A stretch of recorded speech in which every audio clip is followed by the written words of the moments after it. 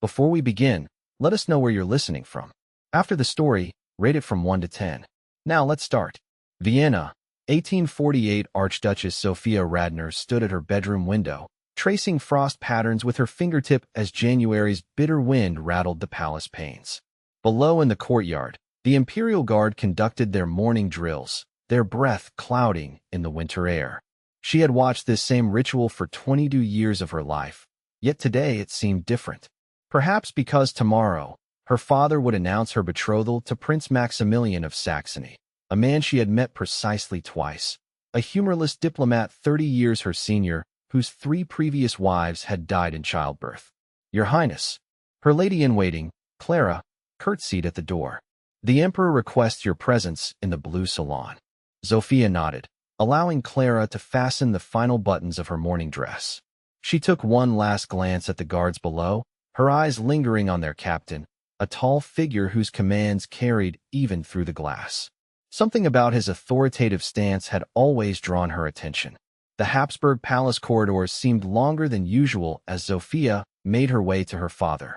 The portraits of her ancestors watched her with painted eyes that seemed to whisper of duty and sacrifice. Generations of women who had married for alliance, for territory, for peace, never for love. Emperor Franz Joseph I waited in the salon, hands clasped behind his back. At 48, his whiskers were more gray than brown, the weight of ruling the Austro-Hungarian Empire evident in the lines around his eyes. Zofia, my child. He kissed her forehead. You look well. Thank you, father. She curtsied, protocol dictating every movement between them, even in private. I've received correspondence from Saxony. Prince Maximilian is most eager to formalize our arrangement. The wedding will take place in May. May. For months. Zofia swallowed. So soon. The political situation grows more precarious by the day. The revolutionary sentiments in Hungary have not abated. This alliance strengthens our position. He patted her hand. You understand the importance of duty, my dear. Of course, father. The words were automatic, practiced since childhood. There is to be a ball next week. Prince Maximilian will attend. You will show him every courtesy. Yes, father. When she was dismissed, Zofia did not return to her chambers. Instead, she slipped through a servant's passage and emerged into the palace gardens. Though winter had rendered them bare, the skeletal trees and frozen fountains offered solitude she could find nowhere else. She pulled her cloak tighter and exhaled, watching her breath disappear. Your Highness should not be outdoors without proper escort. The deep voice startled her. Captain Laszlo Landry stood 10 paces away, his uniform impeccable despite the chill. At 30, he was younger than most in his position, having earned his rank through distinguished service in the imperial campaigns rather than birth. Captain Landry. She straightened. I did not realize the gardens required military supervision. They do not. But the safety of the imperial family is my responsibility. His gray eyes assessed her with professional detachment. These are uncertain times. Are they? She gestured to the empty gardens. I see only frost and silence. A ghost of a smile touched his lips. Appearances can be deceptive, Your Highness. Indeed they can, Captain. She studied him openly for the first time. His face bore a thin scar along his jaw, his posture perfect even in conversation. Tell me, what does your soldier's instinct detect in this garden that my royal eyes cannot see? Unrest beyond these walls. Whispers of change. He paused. And an archduchess who seems to be seeking something beyond frost and silence. His directness shocked her. No one at court spoke to her this way. You presume much, Captain. Forgive me. He bowed slightly. I will escort you back to the palace. No. The word escaped before she could consider it. I would appreciate a few more moments of solitude. He nodded. Then I shall keep watch from a distance. True to his word, he retreated to the garden entrance, but remained visible. Zofia walked alone among the dormant rose bushes, aware of his presence like a shadow at the edge of her consciousness. That night, she dreamed of gray eyes and garden paths that led away from palace walls. The week passed in a flurry of preparations for Prince Maximilian's arrival. Zofia endured fittings for new gowns, lessons in Saxon court etiquette, and endless reminders of her duty to the empire. Each day, she found herself at the window during the morning guard drills, watching Captain Landry command his men with quiet authority. On the third day, he looked up. Their eyes met briefly before she stepped back from the window, heart inexplicably racing. On the fourth day, she left a book of poetry in the garden where they had spoken. When she returned the following morning, it was gone. In its place lay a single dried rose. On the sixth day, she received a note with her morning tea. Asterisk, the guard will change at midnight. The eastern gate will be unattended for precisely 7 minutes. Asterisk, there was no signature, but she knew. The handwriting was disciplined, like its author. That night, Zofia slipped from her chambers wearing a simple dress and cloak. Clara, loyal since childhood, agreed to claim her mistress was suffering from a headache should anyone inquire. The palace corridors were dimly lit, most courtiers already retired. She moved silently, counting her steps, timing her movements as she had observed the guards do during their rotations. The eastern gate stood in shadow. As promised, no guard was visible. She pushed it open and stepped into the night. You came. Captain Landry emerged from the darkness, no longer in his formal uniform, but dressed plainly. Was there a reason I should not? She asked, suddenly aware of how improper this meeting was. A dozen reasons, Your Highness. All of them concerning duty and protocol. Yet you invited me. I did. He offered his arm. Will you walk with me? There is something I wish to show you. They moved through the sleeping city, keeping to side streets. Vienna after dark was another world. Taverns still lit, musicians playing in corners, ordinary people living ordinary lives. Zofia had never seen it this way, had only viewed it from carriages with curtained windows. Where are we going? She asked after they had walked for nearly half an hour. To a place where you are not an archduchess, and I am not a captain. They stopped before a small coffee house tucked between larger buildings. Music spilled from its windows. A violin and piano playing a folk melody Zofia had never heard at court. My father would have me flogged for bringing you here, Laszlo said quietly. But I thought, before you are bound forever to a man you do not love, you might wish to see how the rest of the world lives, if only for an hour. How do you know I do not love him? The question was defensive, automatic. Laszlo's eyes held hers. Because I have watched you for 3 years, Your Highness. I know the difference between resignation and joy. The coffee house was warm and crowded. People nodded respectfully to Laszlo but paid little attention to Zofia, taking her for a merchant's daughter perhaps. They found a small table in the corner where they could speak without being overheard. You said you've watched me. She removed her gloves, feeling strangely vulnerable without them. Why? It began as duty. The imperial family is my charge. He ordered coffee from a passing server. But then I noticed how you walk in the gardens when you believe no one is watching. How you touch the piano keys in the music room, but never play when others are present. How you stand at the window each morning, looking out as if searching for something beyond the palace walls. And what did you conclude from these observations, Captain? Her voice was barely above a whisper.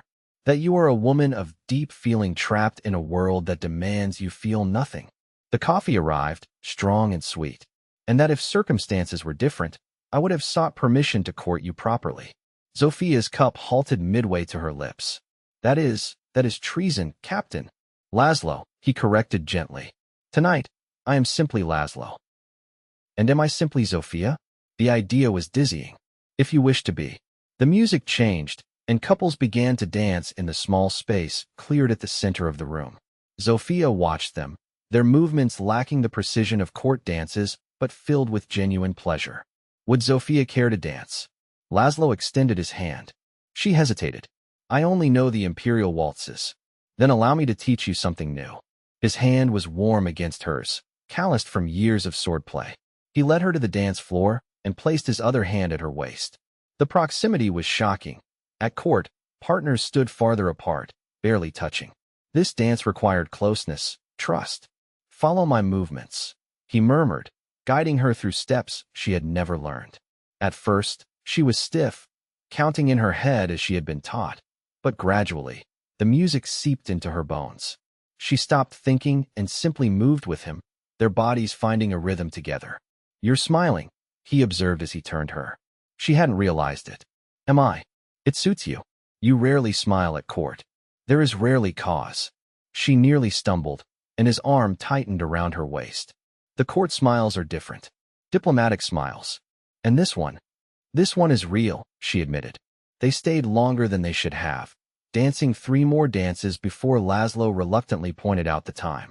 The walk back to the palace was quieter, both aware that they were returning to reality, to the Archduchess and the captain, to duty and protocol. At the eastern gate, he stopped. I should not escort you further. The night guards know me too well. Will I see you again? Like this? Zofia asked, knowing she should not, knowing that whatever had begun tonight could lead nowhere. It would be wiser if we did not. His hand reached up, almost touching her cheek before falling away. But wisdom has never been my strongest virtue. The following evening, Prince Maximilian arrived with great ceremony. The court assembled to welcome him, Zofia standing beside her father on the palace steps. The prince kissed her hand, his lips cold against her skin, his eyes assessing her as one might evaluate a brood mare. Your Highness is even lovelier than reports suggested, he said, his Saxon accent thick. You honor me with your kind words, she replied automatically. Throughout the formal dinner, she felt Captain Landry's presence behind her father's chair, standing guard as he always did. She did not look at him, could not risk it, but she was aware of him with every fiber of her being. Prince Maximilian spoke at length about his estates, his diplomatic achievements, his expectations for their union. He did not ask Zofia a single question about herself. That night, another note arrived with her evening tea. The greenhouse at dawn. The head gardener is loyal to me. Dawn found her slipping through the palace grounds, a shawl covering her hair. The greenhouse was warm despite the winter chill, filled with exotic plants the Imperial gardeners maintained year-round. Laszlo waited beside a flowering orange tree, the scent of blossoms heavy in the humid air. We should not be doing this, Zofia said by way of greeting. I know. He remained where he was, not approaching her. Did you find Prince Maximilian to your liking? He is exactly as expected. Proper, powerful, cold.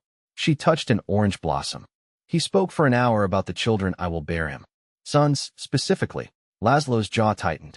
I should not have asked. Why did you bring me here, Laszlo? She used his given name deliberately, reminding them both of the night before. Because I cannot stop thinking about you. He moved closer, still maintaining a respectful distance. Because last night, watching you with him, I realized I have no right to feel what I feel, yet I cannot change it. And what is it you feel? She barely breathed the question. Love. The word hung between them. God help me. I love you. Zofia closed her eyes. No one had ever said those words to her before. Not her father, not her ladies-in-waiting, certainly not any suitor. You cannot. I have tried not to. His voice was strained. For 3 years, I have tried. 3 years. Her eyes opened. You have loved me for 3 years. Since the day you stopped to help a kitchen boy who had dropped a tray of glasses in the corridor. Everyone else walked past, but you knelt down and helped him gather the broken pieces. You ruined your gown, but you smiled at him and told him it would be all right. She remembered that day. The boy had been terrified, certain he would be dismissed. I didn't know you saw that. I see everything about you, Zofia. He stepped closer. Your kindness, your strength, the way you carry your duty without complaint, even when it crushes you. It doesn't matter what you see. Her voice broke. In 1 week, my betrothal will be announced. In May, I will be married. Unless you choose differently. She looked at him in shock. Choose? What choice do I have? To leave. To live a different life. You speak of impossibilities. I speak of love. He was close enough now that she could feel the warmth of him. I have connections outside the empire. We could go to England, to America. You ask me to abandon my family, my country? That is treason, Laszlo. Is it not also treason to sacrifice your happiness, your very self, for political expediency? His hands caught hers. I would not ask this if I believed your marriage would bring you anything but misery. His previous wives, I know about his wives. She pulled her hands away. I know my duty. Duty. He nearly spat the word. They use it like a chain to bind you. It is who I am. But even as she said it, she felt the certainty wavering. Last night in the coffee house, dancing in his arms, she had glimpsed another possibility, another Zofia who might exist. Think on it, he said finally. That is all I ask. Think of what your life could be if you chose for yourself, just once. Before she could respond, the greenhouse door opened. They sprang apart as the elderly head gardener entered. Captain, The man nodded, pretending not to notice the Archduchess. The morning inspection will begin soon. Thank you, Joseph. Laszlo bowed formally to Zofia. Your Highness. She watched him leave, the captain's posture returning to his shoulders with each step. The week of Prince Maximilian's visit passed in a blur of formal events. Zofia performed her role perfectly. The dutiful daughter, the gracious hostess, the future princess. She did not meet Laszlo privately again, though she saw him daily at his post. Their eyes occasionally met across crowded rooms, each glance an unspoken conversation. On the final night, a grand ball was held. The announcement of the betrothal would come at midnight. Zofia stood beside her father on the dais, watching couples waltz across the ballroom floor. Prince Maximilian was engaged in conversation with the Russian ambassador, seemingly untroubled by his bride-to-be's absence from his side. You are quiet tonight, my dear, the emperor remarked. Forgive me, father. I am contemplative. Natural, I suppose, on such an occasion. He patted her hand. Your mother was the same before our betrothal was announced. She grew to be content, as you will. Content. Not happy, not fulfilled, merely content. Was that to be her legacy? May I have your permission to take some air on the terrace, father? The room is rather warm. He nodded, signaling to a lady-in-waiting to accompany her. Zofia moved through the crowd, accepting congratulations with practiced grace. On the terrace, the winter air was sharp in her lungs. She dismissed her companion with a request for water, buying a few moments alone. She looked up at the stars, the same stars that shone over England, over America, over all the places she would never see. Your Highness. Laszlo's voice came from the shadows. She turned to find him standing guard at the terrace entrance. Captain, the announcement will be made soon. Yes. She gripped the stone balustrade. In 30 minutes, my fate will be sealed. He moved closer, still maintaining a proper distance for any who might observe them. It need not be. We have discussed this. I have a carriage waiting. 2 horses, provisions, papers that will see us to the coast. His voice was low, urgent. Say the word, and we can be gone before they notice your absence. You ask me to abandon everything. I ask you to choose life over slow death. His eyes held hers. I have watched you this week, Zofia. With each passing day, the light dims further in your eyes. He will extinguish it completely. Tears threatened, but she had been trained since childhood never to cry in public. And if I go with you? What then? Living in hiding, always looking over our shoulders. At first, perhaps, but England has no extradition treaty with Austria. After a time, we would simply be another couple building a life together. A life of what? You would be unable to serve as a soldier. I have no skills beyond court etiquette. I have savings, and I can work with my hands. Many regiments taught me trades. As for you, he smiled slightly. You play the piano beautifully when you think no one is listening. You could teach music, or languages. You speak 5 fluently. She was startled that he knew these things about her. You have thought this through. Every detail. For 3 years. From inside, the orchestra finished a waltz. Soon they would play the imperial anthem, and her father would make the announcement. I cannot, she whispered, though something inside her was breaking. My father, it would destroy him. And Hungary is volatile. This alliance may prevent bloodshed. Laszlo's face hardened, then softened again with understanding. Your compassion is part of why I love you. But who shows compassion to you, Zofia? A footman appeared at the doorway. Your Highness, the Emperor requests your presence. I will come directly. She smoothed her gown, not looking at Laszlo. Duty calls, Captain. So it does. His voice was hollow. Always duty. She moved past him, back toward the lights and music, back toward Prince Maximilian and the life that had been chosen for her. At the doorway, she paused, still not looking back. The Southern Rose Garden. 1 hour after the ball ends. She did not wait for his response. The announcement was made with great ceremony. Glasses were raised, congratulations offered. Prince Maximilian placed a large diamond ring on her finger, and she smiled the diplomatic smile that never reached her eyes. Throughout it all, she was conscious of Laszlo standing at attention behind her father's chair, his face impassive. The ball continued until the early hours. When the last guests finally departed, Zofia retired to her chambers. Clara helped her out of her gown and into a simpler dress. Will there be anything else, Your Highness? Clara asked, yawning slightly. No, thank you. You may retire. Zofia waited until Clara had left before opening her jewelry box.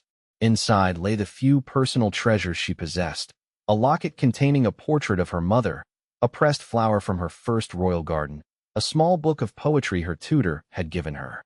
She took only the locket, leaving the ring Prince Maximilian had placed on her finger prominently on her dressing table. The palace was quiet as she made her way through the servants' passages she had memorized as a child. The southern rose garden was furthest from the guard barracks, secluded behind high hedges.